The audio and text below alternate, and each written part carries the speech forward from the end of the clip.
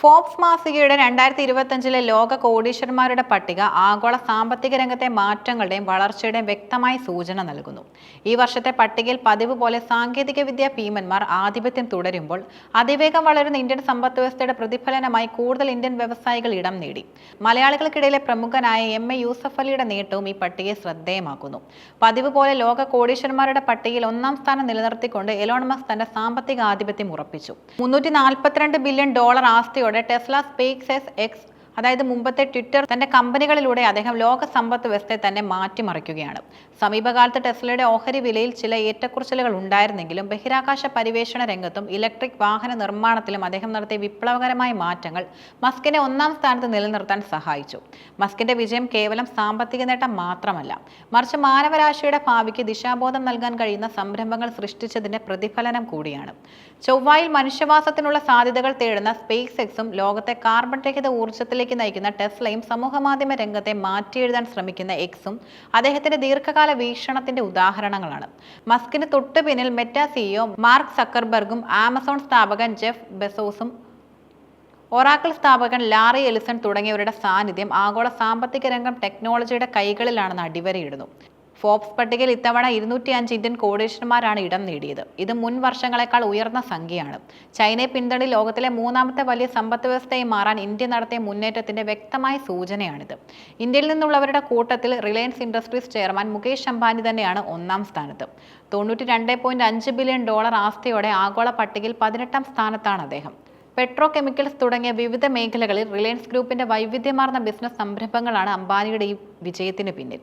Reliance ജിയോയിലൂടെ telecom വിപണിയിൽ നടത്തിയ വിപ്ലവവും Reliance റീറ്റെയിലൂടെ രാജ്യത്തിന്റെ റീറ്റെയിൽ രംഗത്ത് നേടിയ ആധിപത്യവും അദ്ദേഹത്തിന്റെ ആസ്തിയിൽ വലിയ വർധനവുണ്ടാക്കി.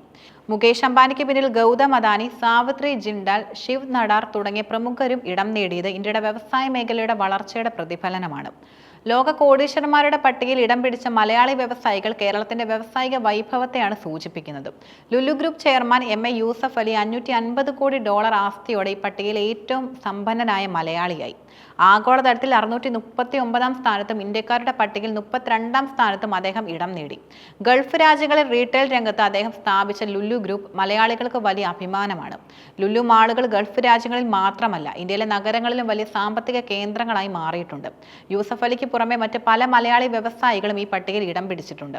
ജെംസ് എഡ്യൂക്കേഷൻ മേധാവി സണ്ണി വർക്കി, ഇൻഫോഴ്സ് സഹസ്ഥാപകൻ ക്രിസ് ഗോപാലകൃഷ്ണൻ, ആർ.പി. ഗ്രൂപ്പ് മേധാവി Ravi Pillai, Joy Alukkas group chairman Joy Alukkas, Kalyan jewellers chairman TS. Kalyanaraman, doctor Shamsheer Vayalil തുടങ്ങിയവരുടെ സാന്നിധ്യം വിവിധ മേഖലകളിലെ മലയാളികളുടെ വളർച്ചയുടെ നേർക്കാഴ്ചയാണ്.